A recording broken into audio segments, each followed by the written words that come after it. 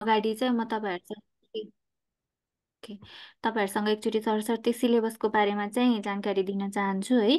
सिलेबसमा चाहिँ यो अहिले मैले लिएको चाहिँ तपाईँहरूको लागि यो राजपत्र अनङ्कित प्रथम श्रेणी भनेको चाहिँ प्रास अथवा प्राविधिक सहायक सरहको, यो चाहिँ सङ्घको एक्जाम दिन जानुभयो भने चाहिँ प्रास भन्छ। यही लेभलको एक्जाम चाहिँ तपाईँहरू प्रदेशतिर जानुभयो भने चाहिँ पाँचौँ तह भनेर भनिन्छ होइन।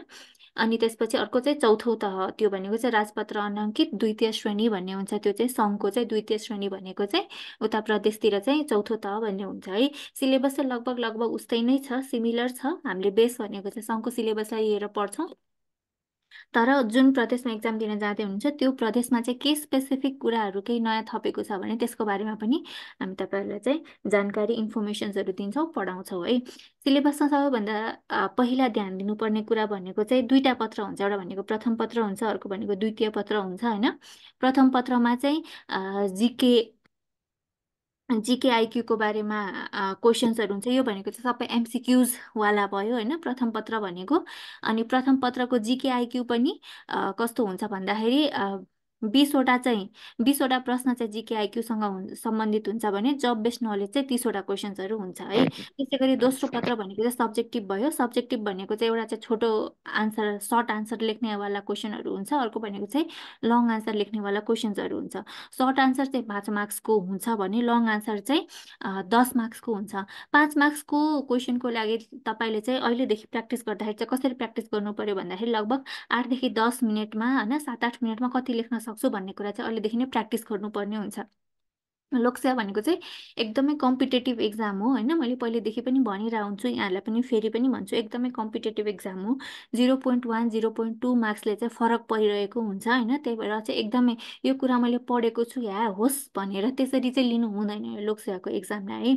लोकसेवाको एक्जामलाई चाहिँ एकदमै कम्पिटेटिभ भएर पढ्नु पर्यो अनि लेख्दाखेरि चाहिँ कुनै कुरा पनि इग्नोर नगरिकन पढ्नु पर्यो अनि लेख्दाखेरि त्यही अनुसार लेख्न सकिन्छ। अनि लेख्नको लागि पनि एकैचोटि जाँचमा गएर डाइरेक्ट फर्स्टचोटि अटेम्प्ट गर्ने होइन कि तपाईँहरूले सुरुदेखि नै प्र्याक्टिस गर्नुपर्ने हुन्छ। जस्तै कि अहिले सर्ट क्वेसनको लागि चाहिँ 8 देखि 10 मिनटमा टेन्टेटिभली लेख्न भ्याउँछु भन्ने हिसाबमा चाहिँ तपाईँहरूले प्र्याक्टिस गर्नु पर्यो भने 10 मार्क्सको क्वेसन लेखेलाई चाहिँ 12 देखि 15 मिनटको बिचमा चाहिँ मैले त्यो आन्सर्सहरू लेखेर भ्याइसक्छु भन्ने खालको एउटा चाहिँ प्र्याक्टिस गर्नुपर्ने हुन्छ तपाईँहरूले है। अब यसमा चाहिँ अब एमसिक्युज भइहाल्यो सुरुको पेपर, दोस्रो पेपर भनेको सब्जेक्टिभ भइहाल्यो। यो सबै पास भइसकेपछि इन्टरभ्यूको लागि तयारी गर्ने भन्ने हुन्छ होइन। अब पहिला सुरु त सब्जेक्टिभमै अथवा रिटर्नमै नाम निक्लिसकेपछि इन्टरभ्यूको लागि पनि फेरि तपाईँहरूलाई हामीले गाइड गर्ने नै गर्छौँ। अब सिलेबसमा हेर्नु पर्दाखेरि चाहिँ यो जिके आइक्यूवाला पार्टहरू चाहिँ भइ नै हाल्यो। यो चाहिँ अरू सरहरूले सर म्यामहरूले नै पढाउनुहुन्छ। मैले तपाईँहरूलाई रिलेटिभली पढाउने भनेको चाहिँ यो भेटनेरी अथवा लाइफस्टक सम्बन्धीको कोर्सहरू है। कृषि पशुपन्छी तथा मत्स्य सम्बन्धी चाहिँ यो जेनरल, यसमा ऐनका कुराहरू के कस्ता छन् होइन।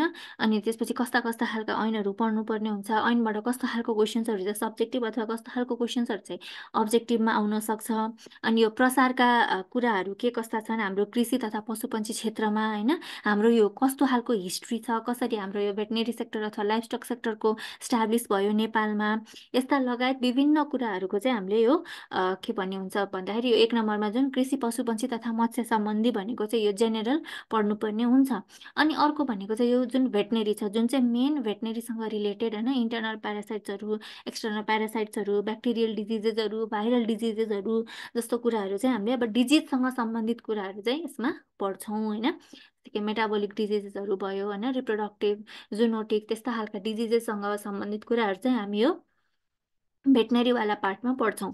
त्यसै गरी अर्को छ तपाईँहरूले पढ्नुपर्ने भनेको चाहिँ यो लाइफस्टक, पोल्ट्री एन्ड डेरी डेभलपमेन्ट। यसमा चाहिँ हाम्रो पशुपन्छी विकास सम्बन्धी होइन, कस्ता खालका जातहरू पाइन्छन्, कसरी ब्रिडिङ गराउने होइन, कुन एनिमलबाट कति उत्पादन हुन्छ, एनिमललाई कसरी पाल्ने भन्ने जस्ता क्वेसनहरू भयो होइन। अनि त्यसपछि यो इस्ट्रोसाइकलहरूको बारेमा, अनि न्युट्रिसन के कस्तो खाना दिने होइन, घाँसको कस्तो खालको घाँस खाना दिने, घाँसको न्युट्रियन्टहरू के छ घाँसमा, त्यस भए टक्सिन्सहरू अथवा त्यो घाँसमा खान नहुने कुराहरू अथवा शरीरलाई हार्म गर्ने कुराहरू के छ, कस्तो स्टेजको घाँस खुवाउने, होइन, घाँसपातहरू कसरी संरक्षण गर्ने भन्ने जस्ता कुराहरू चाहिँ यसमा पढिन्छ है। त्यसै गरी अर्को यो फिसरीसँग रिलेटेड कुराहरू चाहिँ तपाईँहरूलाई माछासँग सम्बन्धित सरले नै, मत्स्य विकास अधिकृत सरहरूले नै पढाउनुहुन्छ अथवा सर म्यामहरूले पढाउनुहुन्छ है। यो चाहिँ एउटा जेनरल कस्तो भयो त भन्दाखेरि तपाईँहरूले जहिले पनि पढ्नुभन्दा अगाडि चाहिँ जहिले पनि एउटा सिलेबस चाहिँ प्रिन्ट गरेर, एउटा बेसिक एउटा सिलेबस प्रिन्ट गरेर साइडमा राख्नुपर्ने हुन्छ। क्लासमा पढाइ भएको कुराहरू के पढाइ भयो भन्ने कुरा त्यो सिलेबसमा पनि टिक मार्क लगाउँदै जाने है। त्यो भइसकेपछि कस्तो हुन्छ त भन्दाखेरि जब तपाईँलाई सिलेबसको नलेज हुन्छ नि, सिलेबसको नलेज भयो भन्दा बित्तिकै तपाईँलाई लगभग 50% क्वेसन्सहरू अथवा 50% कुराहरू आइसक्यो भन्ने हुन्छ। कतिजना साथीहरू त सिलेबस के हो, कस्तो खालको क्वेसन सोध्छ भन्ने कुरामै पनि अलमली राख्नु भएको हुन्छ है। त्यही भएर तपाईँले चाहिँ के गर्नु पर्यो त भन्दाखेरि पहिला सुरु सिलेबसलाई याद गर्यो भने चाहिँ तपाईँको मोस्ट 50% चाहिँ लगभग तपाईँको कभरअप हुन्छ है। यो चाहिँ भयो तपाईँलाई जेनेरल सिलेबस सम्बन्धी कुराहरू। यो ओरिएन्टेसन जस्तो क्लास पनि भयो होइन, सिलेबसमा के कस्तो कुराहरू ध्यान दिनुपर्ने भन्ने कुराहरू पनि भयो। अब आज म तपाईँहरूलाई फेरि अर्को पनि पढाउँदैछु। के पढाउँदैछु त भन्दाखेरि यो भेटनेरीसँग सम्बन्धित जुन अघि मैले देखाएको थिएँ होइन, 2 नम्बरमा भेटनेरीसँग सम्बन्धित, यसमा भाइरल डिजिजेसहरूसँग सम्बन्धित एउटा क्लास पनि, सानो एउटा क्लास पनि लिन्छु है। यो भनेको चाहिँ सिलेबस सम्बन्धी कुराहरू भयो। यो स्लाइडलाई चाहिँ मैले अहिले यहीँ स्टप गरेँ। ठिक छ साथीहरू?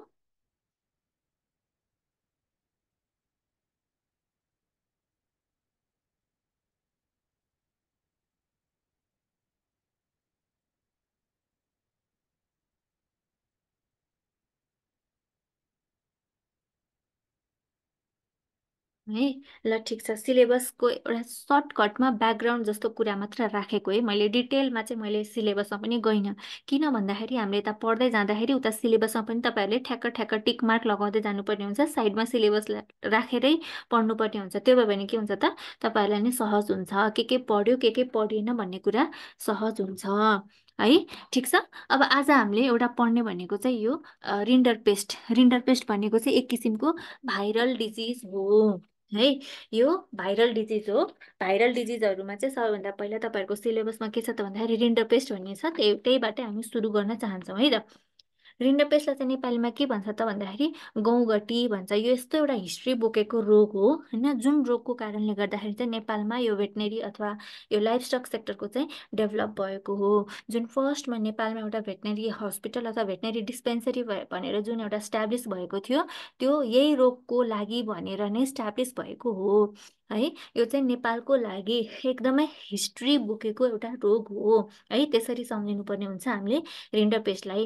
अहिले मैले तपाईँलाई हिस्ट्रीको बारेमा भनेँ होइन, अघि पढ्नुपर्छ भनेर। हिस्ट्रीको क्वेसन पनि लगभग 5 मार्क्सको क्वेसनमा चाहिँ सोधिने क्वेसन हो है। नेपालमा पशुपन्छी क्षेत्रको विकास कहिलेदेखि भयो अथवा कसरी भयो, यसको हिस्ट्रीको बारेमा अथवा इतिहासदेखि हालसम्मको अवस्थाको बारेमा विश्लेषण गर्नुहोस् अथवा लेख्नुहोस् भन्ने खालको क्वेसन चाहिँ लगभग यो 5 मार्क्समा सोध्नेवाला क्वेसन हो है। त्यो चाहिँ हामीले अर्को हिस्ट्री पढ्दाखेरि पनि भन्छौँ, अहिले पढाउँछु मैले तपाईँहरूलाई होइन। अहिले चाहिँ तपाईँहरूले के कुरालाई अलि बढी फोकस गर्नु भन्दाखेरि यो रिन्डरपेस्ट भनेको अथवा गौगटी भनेको चाहिँ हाम्रो नेपालको लागि एउटा हिस्ट्री क्रिएट गरेको एउटा रोग हो भनेर सम्झिन पर्यो।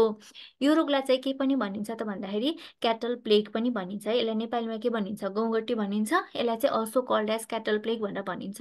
तपाईँहरूले अहिले यो ठ्याक्क नोट त पाइ नै हाल्नुहुन्छ होइन, नोट पाउनु भए तापनि कपीमा चाहिँ टिपिहाल्नु होला। कुनै कुनै क्वेसन्सहरू चाहिँ एकदम एमसिक्यू पोइन्ट अफ भ्यूबाट ठ्याक्क सोधिरहेको क्वेसन्सहरू जुन छ, म त्यो भनिदिई पनि हुन्छु तपाईँहरूलाई पढाउँदा पढाउँदै होइन। त्यही भएर तपाईँहरूले ठ्याक्क कापीमा टिप्नुभयो भने तपाईँहरूलाई रिभिजन गर्दाखेरि पनि सजिलो हुन्छ। नोट त तपाईँहरूले यो नोट कम्प्लिटली पाइ नै हाल्नुहुन्छ है। यो रोगलाई चाहिँ के पनि भन्छ भन्दाखेरि क्याटल प्लेग पनि भनिन्छ। टिप्नु होला ठ्याक्क, यो धेरैचोटि सोधेको क्वेसन हो। पास्ट क्वेसन तपाईँहरूले कतै देख्नुभयो भने पनि एकदमै देखिरहेकै क्वेसन हो है यो। अनि यो कस्तो खालको पशुलाई लाग्छ त भन्दाखेरि खुर फाटेका अथवा जोर खुर भएका पशुलाई यो रोग लाग्छ है। नेपालमा अब मैले यहाँ के लेखिदिएको छु त भन्दाखेरि नेपालमा यो रोग सन् 2002 सालबाट उन्मूलन भएको हो। अनि विश्वबाट चाहिँ 2011 सालमा चाहिँ उन्मूलन भएको हो भनेर लेखेको छु होइन। यो यस्तो खालको हिस्ट्री बोकेको रोग हो अब जुनले चाहिँ हाम्रो नेपालमा भेटनेरी हस्पिटल अथवा भेटनेरी सेक्टरको पनि विकास गरायो। अनि यो रोग चाहिँ विश्वबाट नै इराडिकेट पनि भइसक्यो। है। विश्वबाट कहिले इरेडिकेट भयो त भन्दाखेरि सन् 2011मा चाहिँ विश्वबाट इरेडिकेट भयो। अनि नेपालबाट चाहिँ कहिले इरेडिकेट भयो त भन्दाखेरि नेपालबाट कहिले उन्मूलन भयो त भन्दाखेरि सन् 2002 सालबाट उन्मूलन भयो। यो एकदमै धेरै सोध्ने एमसिक्यूमा सोध्ने क्वेसन हो है। यहाँनिर मैले तपाईँहरूलाई एउटा क्वेसन पनि भनिदिइहाल्छु ठ्याक्क पढाउँदा पढाउँदै होइन। नेपालबाट उन्मूलन भएको तल दिएको मध्ये रोग कुन हो भनेर सोध्न सक्छ होइन। अब जस्तै कि त्यसमा अप्सन्सहरू कसरी दिन सक्छ त भन्दाखेरि एउटा भनेको चाहिँ गौँगटी अथवा रिन्डरपेस्ट, अनि 2 नम्बरमा एफएमडी, 3 नम्बरमा पिपिआर, 4 नम्बरमा चाहिँ स्वाइन फिभर भनेर दिन सक्छ। त्यस्तो बेलामा तपाईँहरूले कुनलाई टिक मार्क लगाउनु पर्यो त? रिन्डरपेस्टलाई टिक मार्क लगाउनु पर्यो। साथसाथै यो क्वेसन टिप्नु, अनि अर्को मैले एउटा क्वेसन के भन्छु यो पनि टिप्नु है। अहिले मैले भन्न गइरहेको क्वेसन, अघि मैले भनेको क्वेसन चाहिँ नेपालबाट उन्मूलन भएको रोगहरू होइन। अप्सनहरू अब रिन्टरपेस्ट, अनि पिपिआर, अनि जस्तै एफएमडी, अनि स्वाइन फिभर भनेर भनेको थिएँ। अब यसमा चाहिँ मैले अप्सन चेन्ज गरेर तपाईँहरूसँग एउटा क्वेसन भन्छु है। नेपालबाट उन्मूलन भएको तल दिएको मध्ये रोग कुन हो, पशु रोग कुन हो भनेर सोध्यो भने 1 नम्बरमा रिन्टरपेस्ट, 2 नम्बरमा चाहिँ फुट रट, 3 नम्बरमा चाहिँ पिपिआर, 4 नम्बरमा चाहिँ अब एएनबी भनेर दियो होइन। अप्सन नम्बर एमा के छ त हाम्रो रिन्डरपेस्ट छ। अप्सन नम्बर बीमा के छ त हाम्रो फुट रट छ। फुट रट भन्ने रोगको बारेमा हामीले पछि पढ्छौँ होइन। अहिले चाहिँ रिन्डरपेस्टको बारेमा मात्र पढिरहेछौँ। नेपालबाट त्यस्तो खालको अप्सन दिएर सोध्यो भने एकदमै कमनली सोधिने क्वेसन हो है। नेपालबाट उन्मूलन भएको अथवा इराडिकेट भएको तल दिएको मध्ये कुन पशु रोग हो भनेर सोध्यो होइन। अप्सन नम्बर एमा रिन्डरपेस्ट, अप्सन नम्बर बीमा फुट रट, अप्सन नम्बर सीमा बोथ, अनि अप्सन नम्बर डीमा नन अथवा पिपिआर अथवा एफएमडी जुनसुकै भनेर अप्सन दियो।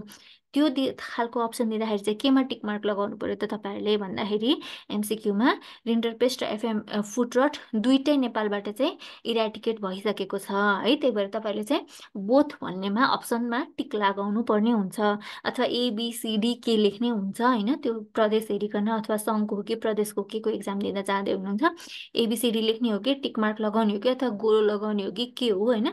त्यतिखेर चाहिँ यो नेपालबाट उन्मूलन भइसकेको रोग भनेर चाहिँ बोथमा टिक मार्क लगाउने। यदि बोथ भन्ने अप्सन छ भने, यदि बोथ भन्ने अप्सन छैन भने केमा टिक मार्क लगाउने त भन्दाखेरि रिन्डरपेस्टमा टिक मार्क लगाउने। किन त भन्दाखेरि जुन यो के भन्छ world organisation for animal health होइन, विश्व पशु स्वास्थ्य सङ्गठनले चाहिँ रिन्डरपेस्ट नेपालबाट इराडिकेट भइसक्यो भन्ने कुराले चाहिँ मान्यता दिएको छ होइन।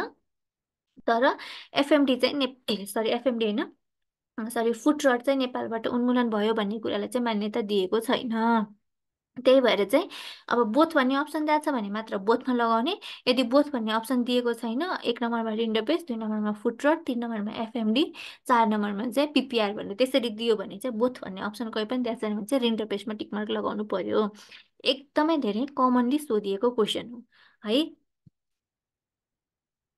यत्रो बेरसम्म मैले एउटै कुरा भने जस्तो लाग्यो होला, तर मैले चाहिँ मैले फेरि पनि हजुरलाई कति भनिरहेको हुन्छु होइन। जति एउटै कुरा रिपिट गर्यो त्यो सुन्ने मान्छेलाई चाहिँ कतिवटा कुरा भन्यो होला भन्ने जस्तो चाहिँ हुन्छ। तर याद हुने बेलामा चाहिँ के हुन्छ त भन्दा त्यही धेरैचोटि सुनेकै कुरा याद हुन्छ है। मैले तपाईँलाई त्यही भएर धेरैचोटि अलि बढी इम्पोर्टेन्ट कुराहरूलाई अलि इम्फेसिस दिएर 2-3 चोटि रिपिट पनि गरिरहेको हुन्छु होइन। त्यो हुँदाखेरि के हुन्छ त ए याद भए जस्तो हुन्छ होइन। किन त्यस्तो खालको गर्छु त भन्दाखेरि मैले अलिक इम्पोर्टेन्टै हुन्छ त्यस्तो क्वेसन्सहरू, धेरै सोधिएको क्वेसन्सहरू हुन्छ है। पास्ट क्वेसनमा तपाईँहरूले हेर्नुभयो भने एकदमै धेरै देख्न सक्नुहुन्छ त्यस्तो खालको क्वेसन्स। अब यो सन् 2002 साल भन्नेलाई पनि तपाईँहरूले टिक मार्क लगाएर लेख्नु पर्यो अथवा कापीमा कतै टिप्नु पर्यो होइन। अनि यो 2011 सालमा चाहिँ विश्वबाट उन्मूलन भएको कुरा भन्ने कुरालाई पनि कापीबाट टिक मार्क कापीमा लेख्नु होला। नोट पाएको भए चाहिँ नोटमा टिक लगाउनु भन्थेँ मैले तपाईँहरूलाई होइन। अहिले चाहिँ कापीमा लेख्नु भनेर भन्छु है। 2011 सालमा चाहिँ विश्वबाट उन्मूलन भएको हो है। अनि 2011 सालमा विश्वबाट उन्मूलन भएको भने सबैभन्दा अन्तिम राष्ट्र कुन राष्ट्रले चाहिँ सबैभन्दा अन्तिमचोटि चाहिँ यो रोग इराडिकेट गर्यो भनेर घोषणा गर्यो त भन्दाखेरि त्यसको आन्सर भन्न सक्नुहुन्छ कसैले? कुन कन्ट्रीबाट चाहिँ लास्टमा यो रोग इराडिकेट भएको थियो? है मैले आन्सर पनि लेखिदिएँ केन्या। नोटमा कतै लेखा छैन मैले, त्यो टिप्नु होला तपाईँले कापीमा। Kenya was the last country to eradicate FMD होइन। नेपाल चाहिँ अलि अगाडि नै पर्यो, केन्याले चाहिँ अलि धेरै ढिला नै गरेको रहेछ। भन्ने कुरा भयो। जान्नु होला यो कुरा पनि। अनि यसमा अर्को एमसिक्यूमा सोध्ने, यहाँ मैले लेखाइदिएको छैन होइन। नेपालमा पहिलो पटक यो रोग कहिले देखा पर्यो अनि कहाँ देखा पर्यो? यो एमसिक्यूमा सोध्न सक्ने क्वेसन्सहरू मध्येको हो। भन्न सक्नुहुन्छ कसैले?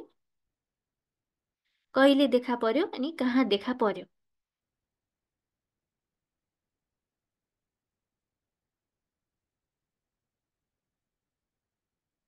च्याट बक्समा लेख्नु होला।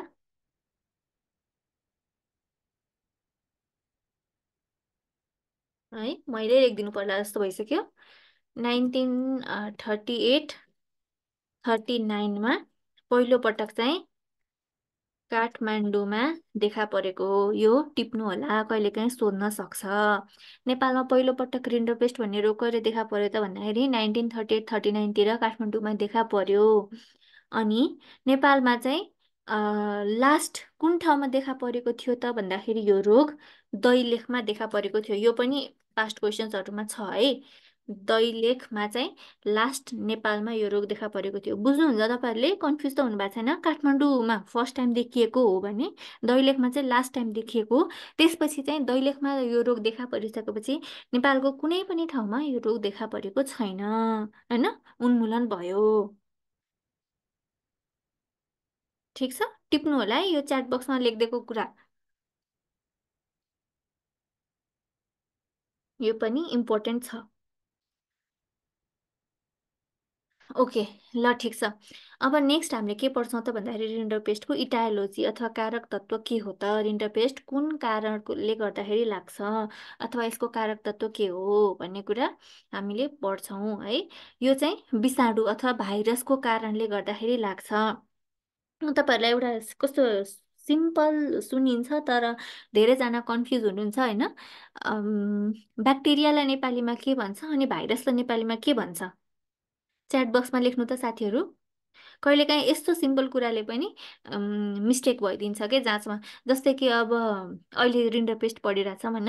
रिन्डरपेस्ट तल दिएको मध्ये के को कारणले गर्दाखेरि लाग्छ? जीवाणु, विषाणु, माथिका दुवै अथवा कुनै पनि होइन।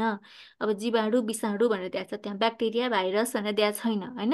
त्यतिखेर झुकिन सक्छ। अथवा ब्ल्याक वाटर पशुमा कुन कारक तत्त्वको कारणले गर्दाखेरि लाग्छ? जीवाणु, विषाणु भनेर दिन्छ। ब्याक्टेरिया भने कुन, भाइरस भने कुन भन्ने कुरामा पनि कहिलेकाहीँ कन्फ्युज हुन सक्छ है साथीहरू। त्यही भएर यो कुरालाई पनि ख्याल गर्नु होला। भाइरसलाई चाहिँ नेपालीमा विषाणु भन्छ अनि ब्याक्टेरियालाई चाहिँ नेपालीमा के भन्छ त भन्दा जीवाणु भन्छ है। ब्याक्टेरियालाई चाहिँ जीवाणु भन्छ अनि भाइरसलाई चाहिँ विषाणु भन्छ। ठिक छ। यो कुन विषाणुको कारण अथवा कुन भाइरसको कारणले गर्दाखेरि हुन्छ त भन्दाखेरि प्यारामिक्जो भाइरस भन्ने परिवारभित्रको, त्यो फ्यामिलीभित्रको मोर्बिली भन्ने भाइरसको कारणले गर्दाखेरि चाहिँ यो रोग लाग्छ। ठिक छ।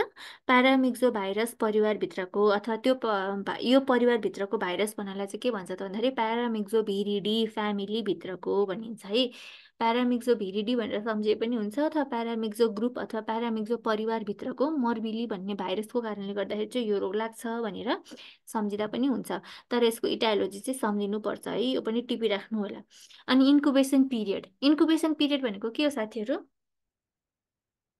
कमेन्टमा लेख्नु त, यो त थाहा छ तपाईँहरूलाई। इन्कुबेसन पिरियड भनेको के हो? कमेन्टमा लेख्नु, च्याट बक्समा।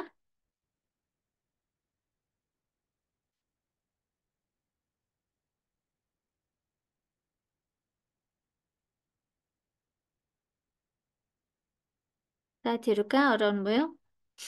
इन्कुबेसन पिरियड भनेको चाहिँ शरीरभित्र यसको कारक तत्त्व अथवा इटायोलोजी होइन, जुन शरीरभित्र छिरिसकेपछि पहिलो पटक चाहिँ फाइन्डिङ्स, यो के भन्छ क्लिनिकल फाइन्डिङ्सहरू, लक्षणहरू कतिखेर देखा पर्छ त भन्ने त्यो टाइम पिरियडको ग्यापलाई चाहिँ के भनिन्छ त इन्कुबेसन पिरियड। शरीरभित्र जीवाणु अथवा विषाणु प्रवेश गरेदेखि पहिलो पटक लक्षण देखिने को लागि लाग्ने टाइमलाई चाहिँ के भनिन्छ त भन्दाखेरि इन्कुबेसन पिरियड भनिन्छ है। यो मर्बिली भाइरस अथवा प्यारामिक्सोबेलिडी परिवारभित्रको मर्बिली भाइरस, जुन भाइरसले गर्दाखेरि रिन्डरपेस्ट रोग लाग्छ, त्यो रोग लाग्ने कज गर्ने भाइरस चाहिँ शरीरभित्र छिरेको 2 देखि 15 दिनभित्र चाहिँ के देखाउँदो रहेछ त भन्दाखेरि यसले लक्षणहरू देखाउँदो रहेछ। अब यसको असर गर्ने पशु भनेको के हो त, जोर खुर फाटेका पशुहरू, गाई भैँसी भेडा बाख्राहरूमा यो रोग लाग्ने भयो। अब यसको मोड अफ ट्रान्समिसन के छ त भन्दाखेरि रोगी पशुसँगको प्रत्यक्ष सम्पर्कबाट यो रोग लाग्न सक्छ, अथवा श्वास प्रश्वास प्रक्रियाबाट पनि लाग्न सक्छ, सङ्क्रमित दाना पानीबाट, होइन, घाँस परालबाट, सोत्तरबाट लाग्न सक्छ। त्यसै गरी शरीरको के भन्छ सेक्रिसन्स एन्ड एक्सक्रिसन्सहरू, त्यो भनेको रगत पिसाब गोबर आँसु सिँगान र्यालहरू भयो, होइन, शरीरको बडीको सेक्रिसन्स एन्ड एक्सक्रिसन्सबाट पनि यो रोग लाग्न सक्छ। ठिक छ। अब क्लिनिकल फाइन्डिङ्समा के छ त भन्दाखेरि एकदमै अत्याधिक ज्वरो आउने, ज्वरो एकदमै हाई फिभर आउँछ, अत्याधिक ज्वरो आउने, मुखमा जिब्रोमा गिजामा खटिरा आउने, अनि त्यसपछि त्यो फुटेर घाउ हुने। यो पढ्दाखेरि चाहिँ अलिकति एफएमडी हो कि जस्तो पनि लाग्न सक्छ, होइन, तर नझुकिनु होला। अनि त्यसपछि अर्को भनेको छ रगत मिसिएको र्याल आउने, आँखाबाट आँसु आउने, नाकबाट सिँगान बग्ने, त्यो भनेको नर्मल बडीको सेक्रिसन्स र एक्सक्रिसन्सहरू देखा देखा पर्ने, होइन, रगत मिसिएको डाइरिया हुने, एकदमै गनाउने खालको दिसा आउने, अनि शरीरमा पानीको कम हुने, डिहाइड्रेसन हुने, मृत्यु हुने, होइन। फाइनल्ली यसले अब यसलाई अनि पिपिआरलाई अनि केनाइन डिस्टेम्परलाई के पनि भनिन्छ, न्यू क्यासल डिजिजलाई के पनि भनिन्छ त भन्दाखेरि 3D डिजिज पनि भनिन्छ है। म च्याट बक्समा लेखिदिन्छु, टिप्नु होला। 3D डिजिज, त्यो भनेको चाहिँ के हो त भन्दाखेरि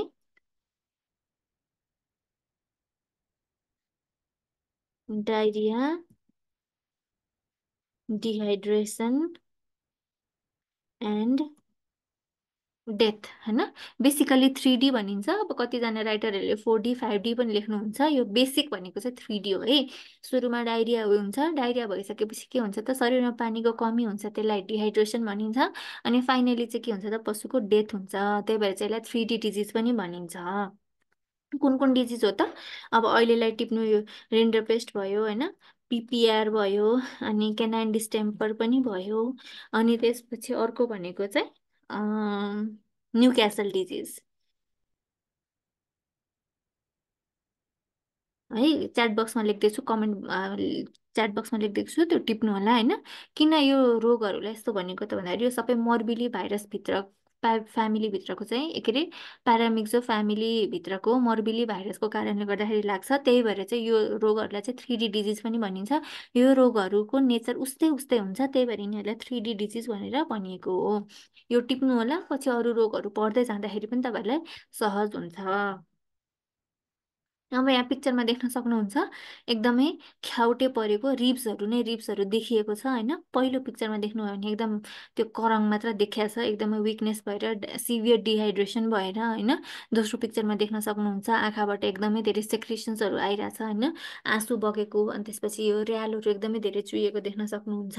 त्यसपछि तलको पिक्चरहरूमा देख्न सक्नुहुन्छ एकदमै सिभियर डाइरिया भएको, होइन, त्यसले गर्दाखेरि त्यो पशुको पछाडिपट्टिको खुट्टातिरको भाग पनि एकदमै ओसिलो, होइन, त्यस्तो खालको छ, अनि पशु खच्चिएर बसेको छ, होइन। त्यही त के हुन्छ भन्दाखेरि डाइरिया डिहाइड्रेसन अनि फाइनली चाहिँ डेथ हुन्छ है। यो चाहिँ केही केही सिम्टम्सहरू साइन्सहरू चाहिँ लक्षणहरू देखिएको, यो रिन्डरपेस्टको पिक्चरको फर्मेट पनि राखिदिएको तपाईँहरूलाई याद गर्न सहज होस् भनेर है। अब यो रोगलाई चाहिँ कसरी डायग्नोसिस गर्ने त, यो पहिला सुरु त डायग्नोसिस भन्ने शब्दलाई चाहिँ नेपालीमा निदान भनिन्छ है भन्ने कुरा पनि याद गर्नु होला है, धेरैजनालाई थाहा हुँदैन। डायग्नोसिस डायग्नोसिस भनेर इङ्ग्लिसमा भनिरहेको हुन्छ, कुनै शब्दहरू इङ्ग्लिसमा थाहा हुन्छ, कुनै शब्दहरू नेपालीमा थाहा हुन्छ। जाँचमा चाहिँ दुईवटै शब्दहरू थाहा पाउनुपर्ने हुन्छ, किन भन्दाखेरि क्वेसन दुईटै ल्याङ्ग्वेजमा सोधिदिन सक्छ, कहिलेकाहीँ मिक्स ल्याङ्ग्वेजमा पनि सोधिदिन सक्छ है। त्यही भएर चाहिँ अब जस्तै यो रोगको निदान कसरी गर्ने भनेर सोध्यो भने त अब तपाईँहरूले निदान भनेको डायग्नोसिस हो भन्ने कुरा थाहा छैन भने त झुकिनुहुन्छ, के लेख्ने, होइन। अनेक थरी आन्सरहरू लेखिन्छ। त्यही भएर चाहिँ निदान भनेको डायग्नोसिस भनेको निदान हो, अथवा निदान भनेको डायग्नोसिस हो भन्ने कुरा चाहिँ याद गर्नु होला है। बुझिराख्नु भएको छ साथीहरू?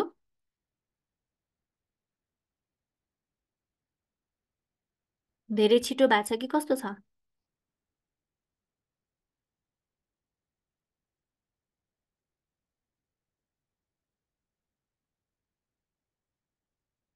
ठिक छ, बुझिएको छ? च्याटमा लेख्नु त। अब फर्स्ट क्लास भएर बोल्न अलि अप्ठ्यारो मान्नु भयो कि खै के हो? बोल्न अप्ठ्यारो मान्नु पर्दैन होइन। च्याट बक्समा चाहिँ लेखिराख्नु होला तपाईँलाई लागेको कुराहरू।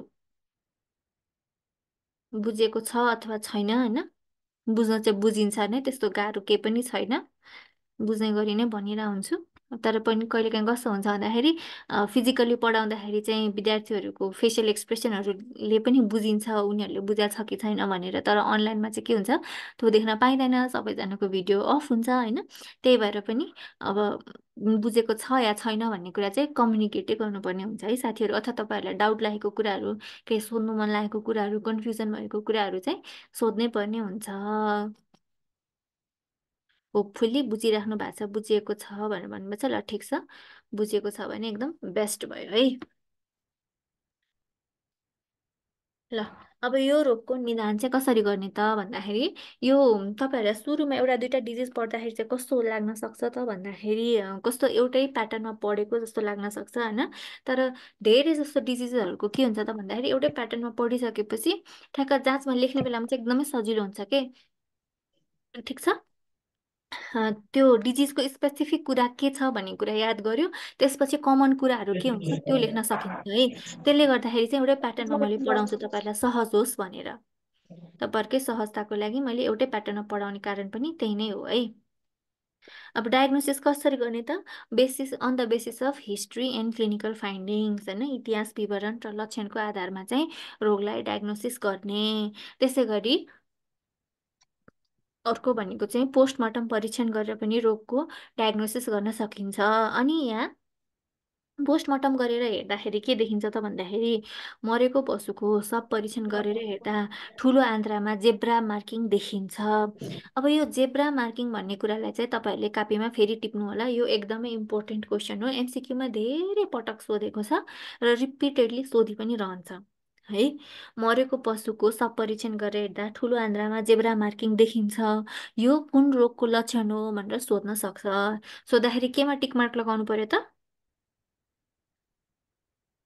रिन्डर पेस्टमा है। यो जेब्रा मार्किङ चाहिँ पिपिआरमा पनि देखिन्छ है, किनभने यही मोर्बिली भाइरसकै कारणले गर्दाखेरि लाग्ने हो। त्यही भएर जेब्रा मार्किङ देखिन्छ। सबैजनाले अब सुनिराख्नु भयो होला यो जेब्रा मार्किङ भनेर के हो त खासमा एक्चुअली जेब्रा मार्किङ भनेको थाहा छ कसैलाई भन्न सक्नुहुन्छ? जेब्रा मार्किङ भनेको चाहिँ एक्चुअली के हो त?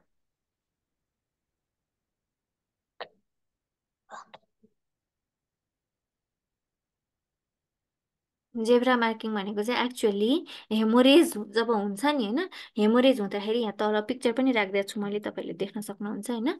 यो जेब्रा कस्तो हुन्छ खासमा कालो सेतो टाटेपाटे टाइपको हुन्छ नि।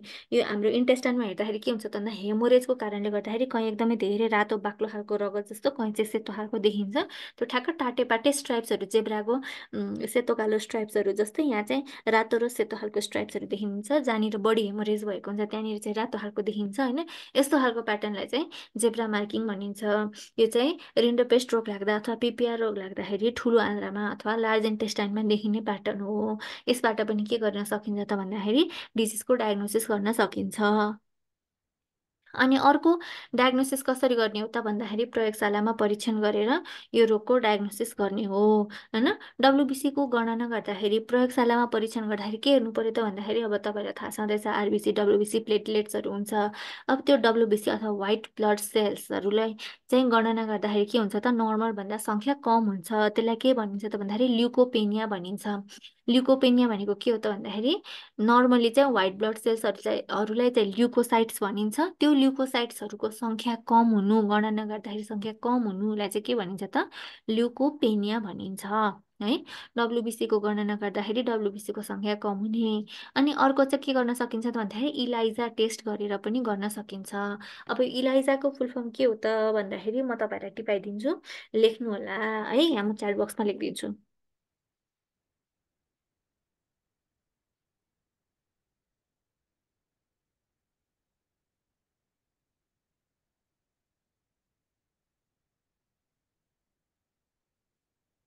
है। इलाइजाको फुल फर्म चाहिँ इन्जाइम लिङ्क्ड इम्युनोसर्भेन्ट एसे। कहिलेकाहीँ यस्तो खालको फुल फर्महरू पनि जाँचमा सोधिन सक्छ। तपाईँहरूको कुन प्रदेशको एक्जाममा हो पिसिआरको फुल फर्म सोधाएको थियो ए, है। पिसिआरको फुल फर्म के होला त? च्याट बक्समा लेख्नु त। पिसिआरको त हामी सबैलाई थाहा छ, किन भन्दाखेरि हामी त कोभिड भन्ने रोग त हामी सबैले झेलिसक्यौँ नि त होइन। त्यही भएर पिसिआरको फुल फर्म त तपाईँहरूलाई पक्कै थाहा हुनुपर्छ। लेख्नुहोस् त च्याट बक्समा, नत्र म पनि लेखिदिउँला, तपाईँहरू पनि लेख्नुहोस् है।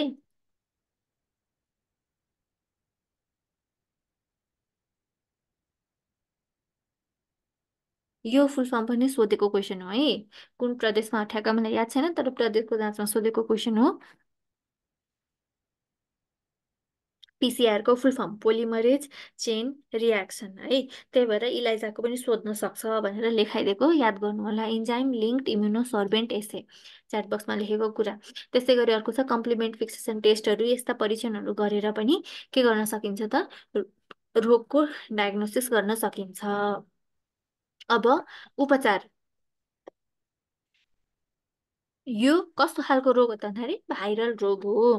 भाइरल रोगमा मैले तपाईँहरूलाई बारम्बार के भन्ने गरिरहेछु भन्दाखेरि हामी सबैले अहिले यो 2019को कोभिड 19 त हामी सबैले भोगेकै हो होइन। फर्स्ट ह्यान्ड इन्फर्मेसन हामीसँग छ नि त। कोभिड धेरैजनालाई कोभिड लाग्यो, आफैले कोभिड नलाए पनि घरको परिवार कसै न कसैलाई त कोभिड लागेछ यसपालि होइन।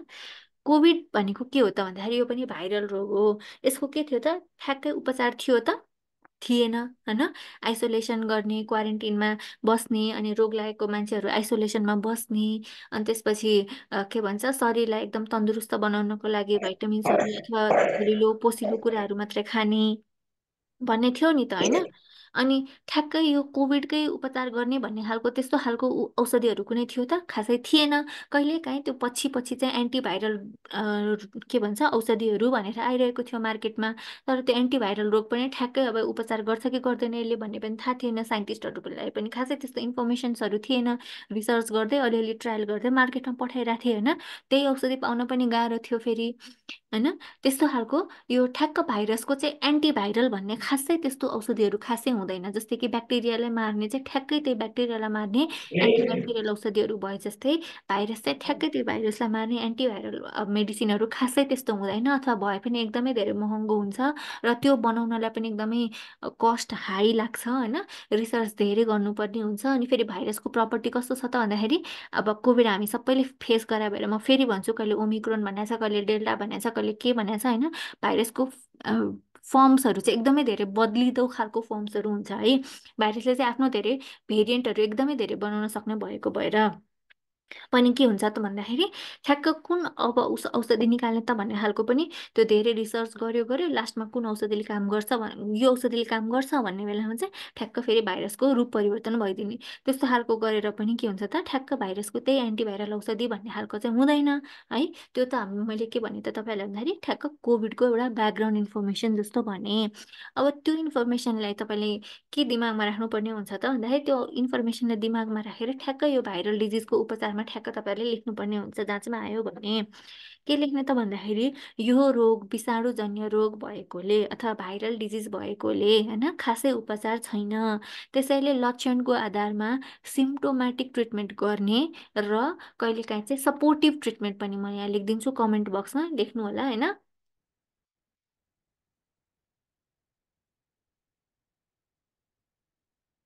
यो अघिको एकजनालाई मात्रै गएछ त लौ।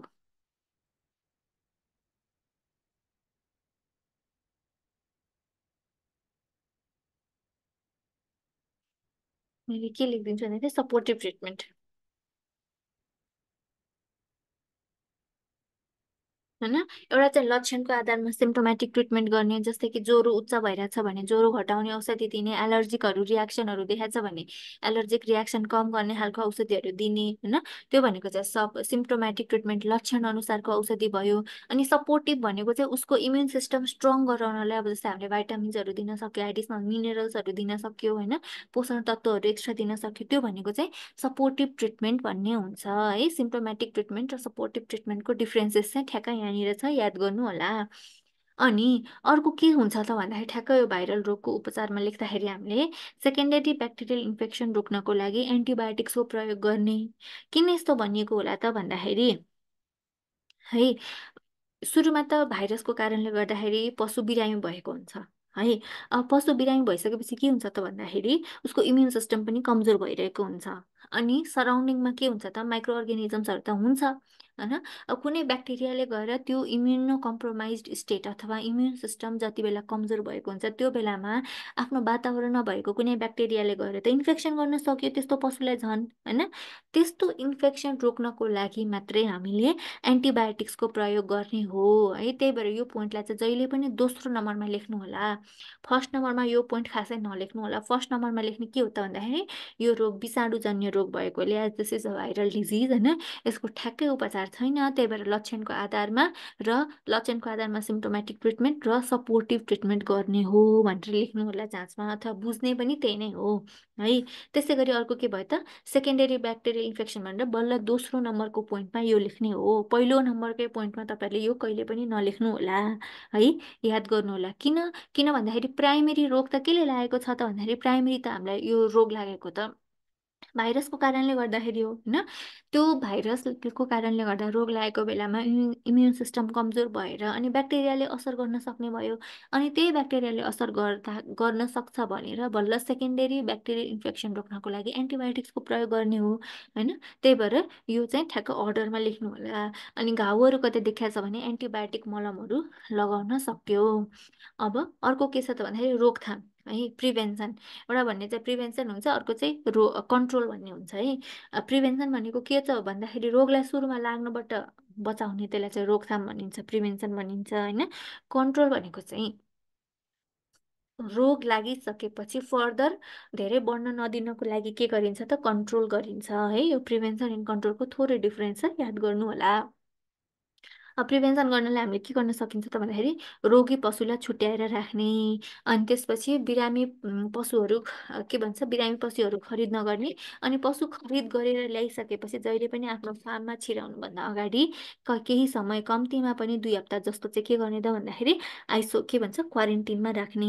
यो आइसोलेसन र क्वारेन्टिन भन्ने शब्दको डिफ्रेन्सेस चाहिँ हामीलाई कोभिड लाग्दाखेरि नै याद भइसकेको छ है। आइसोलेसन भनेको के हो त भन्दाखेरि रोगी पशुलाई अथवा रोगी मान्छेलाई छुट्याएर राख्ने हो होइन।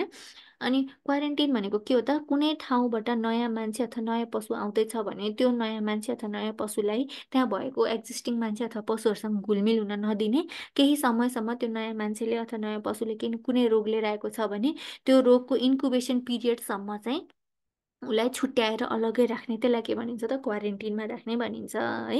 आइसोलेसन गर्ने, क्वारेन्टिन गर्ने, अनि खोरगोठलाई एकदमै सफा राख्ने, डिसइन्फेक्सन गरेर राख्ने होइन। नयाँ पशु खरिद गर्दाखेरि रोगको इतिहास बुझेर मात्रै पशुको खरिद गर्ने होइन। जथाभावी ठाउँबाट पहिला रोगहरू देखिएको ठाउँबाट पशुहरू खरिद नगर्ने होइन। जहिले पनि पशु खरिद गर्दाखेरि त्यसको हेल्थ कन्डिसन के छ, हेल्थ स्टेटस बुझेर, र हेल्थ स्टेटस त्यसको मात्र होइन कि त्यसको हिस्ट्री र त्यसको वरिपरि भएको अरू एनिमल्सको पनि हिस्ट्री बुझेर मात्रै नयाँ पशु खरिद गर्दा बेटर हुन्छ है। अनि अर्को पोइन्टमा के छ त भन्दाखेरि पशु चिकित्सकद्वारा जारी गरिएको स्वास्थ्य प्रमाणपत्र भएपछि मात्रै पशु ढुवानी गर्ने। एउटा ठाउँबाट अर्को ठाउँ अथवा एउटा जिल्लाबाट अर्को जिल्लामा पशु ढुवानी गराउँदाखेरि के गर्नु पर्यो त, एक त स्वस्थ पशुलाई मात्रै पशु ढुवानी गराउने। अनि त्यो चाहिँ कस्तो हुनुपर्छ त भन्दाखेरि पशु चिकित्सकले चेक जाँच गरेर ल यो पशुलाई चाहिँ ढुवानी गर्नलाई हुन्छ भनेर एउटा स्वास्थ्य प्रमाणपत्र जारी गर्छन्। अनि त्यो स्वास्थ्य प्रमाणपत्रको आधारमा मात्रै पशुको ढुवानी गर्ने है। अनि अर्को भनेको चाहिँ नयाँ पशुको खरिद गरिसकेपछि केही समय छुट्टै राख्ने, अघि मैले भनिसकेँ क्वारेन्टिन भनेर। अनि अर्को भनेको भ्याक्सिन लगाउने होइन। अब यो ड्रिन्डर पेस्ट भनेको त के हो त, टार्ड्स टाइपको पनि भयो होइन, ट्रान्सबाउन्डर एनिमल डिजिज पनि भयो। त्यही भएर चाहिँ कस्तो हुन्छ त भन्दाखेरि छिमेकी राष्ट्रहरूसँग पनि एकदमै सहकार्य समन्वय गरिराख्नु पर्ने हुन्छ यस्तो खालको रोगबाट बच्नको लागि। अनि आफ्नै देशमा पनि अहिले के छ त भन्दाखेरि सङ्घ, प्रदेश र स्थानीय तह भनेर 3 तहको सरकारहरू छ होइन। त्यो 3 तहको सरकारहरू बिच पनि के हुनु पर्यो त भन्दाखेरि जहिले पनि राम्रोसँग कोअर्डिनेसन, कोअपरेसन हुनु पर्यो, सहकार्य समन्वय हुनु पर्यो होइन। त्यसले गर्दाखेरि के हुन्छ त भन्दाखेरि रोगलाई बल्ल कन्ट्रोल गर्न सकिन्छ। नत्र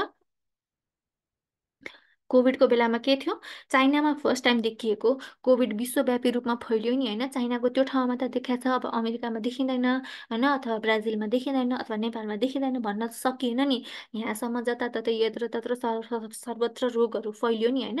त्यस्तै गरी यो रोगहरू फैलिन नदिनको लागि के हुनुपर्छ त, छिमेकी राष्ट्रहरूसँग, छिमेकी जिल्लाहरूसँग पनि के गर्नुपर्छ, बेला बेलामा सहकार्य समन्वय गर्नुपर्ने हुन्छ है। ठिक छ। अनि यो चाहिँ बल्ल एउटा रोगको बारेमा हामीले पढ्यौँ होइन। अब के हुन्छ त भन्दाखेरि जहिले पनि रोगहरू, कुनै पनि रोगहरू अथवा कुनै पनि क्वेसनहरू आउँदाखेरि चाहिँ तपाईँहरूलाई कुन फर्मेटमा लेख्नु भन्दाखेरि जहिले पनि इन्ट्रोडक्सन, अनि मेन बडी, अनि त्यसपछि कन्क्लुजनको फर्मेटमा चाहिँ आन्सरहरू लेख्ने गर्ने होला है।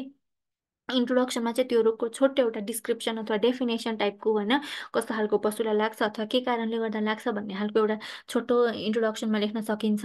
अनि मेन अब क्वेसनले सोधेको कुरा चाहिँ मेन बडीमा लेख्ने होइन। अनि कन्क्लुजनमा 1 देखि 2 लाइन माथि इन्ट्रोडक्सनदेखि अब त्यो मेन आन्सरमा लेखेका कुराहरूलाई समेटेर 1-2 लाइनको कन्क्लुजन चाहिँ लेख्नुपर्ने हुन्छ है तपाईँहरूले। लङ क्वेसनको लागि चाहिँ इन्ट्रोडक्सन, बडी र कन्क्लुजनको फर्मेटमा अनिवार्य रूपमा चाहिँ यसरी चाहिँ तपाईँहरूले प्र्याक्टिस गर्नुपर्ने हुन्छ है। ठिक छ। अहिलेदेखि के भन्छ, लेखेर प्र्याक्टिस गर्नुहोस्। पढ्नु पहिला रोग, कुनै पनि एउटा एउटा रोग छ अथवा कुनै पनि कन्टेन्ट छ, त्यो कन्टेन्टलाई पहिला सुरु पढ्ने, अनि त्यसपछि 8 देखि 10 मिनटमा सर्ट क्वेसनको लागि हो भने, अथवा लङ क्वेसनको फर्मेटमा प्र्याक्टिस गर्दै हुनुहुन्छ भने 12 देखि 15 मिनटमा त्यो आन्सर मैले लेखेर भ्याउँछु कि भ्याउँदिनँ भन्ने कुरालाई पनि तपाईँहरूले ख्याल गर्नुहोस्। त्यसपछि आफै प्र्याक्टिस गर्नुहोस्। ठिक छ, बुझ्नुहुन्छ?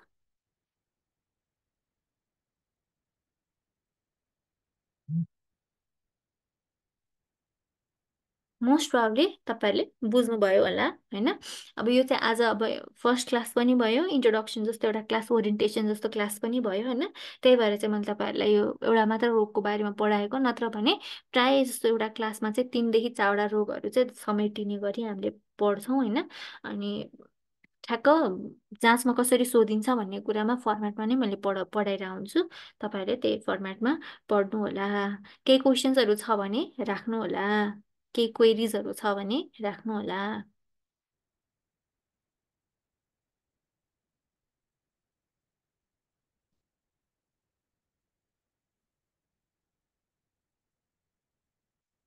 छैन? ल ठिक छ। केही क्वेसनहरू छ भने संस्थागत तर्फ केही क्वेसनहरू छ भने सरलाई तपाईँहरूले पनि क्वेसन राख्नु सक्नुहुन्छ है। त्यसो भए आजलाई चाहिँ क्लास 18 नै गरौँ होला। सर बोला सर। हजुर हुन्छ म्याम। केही क्वेसन छ भने क्वेसनहरू ल्याउँ, नत्र भने यति नै गरौँ होला है सर। आज एउटा फर्स्ट क्लास जस्तो पनि भयो। हुन्छ हुन्छ हस्। साथीहरूले के अरू बुझ्नु छ भने यहाँ अनलाइन क्लासमा हुने साथसाथै फेसबुक लाइभमा हुने साथीहरूले केयर काठमाडौँको सम्पर्क नम्बरमा सम्पर्क गरेर बुझ्न सक्नुहुन्छ। अहिलेको आजको क्लासको केही यहाँहरूलाई जिज्ञासा छ भने म्यामसँग सोध्नु होला।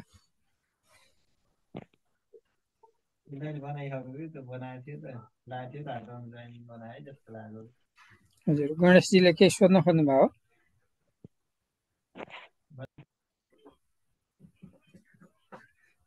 यदि छैन भने आजको क्लास गर्नु होला। ल हुन्छ है त सर। ल हस् हस् हस् धन्यवाद।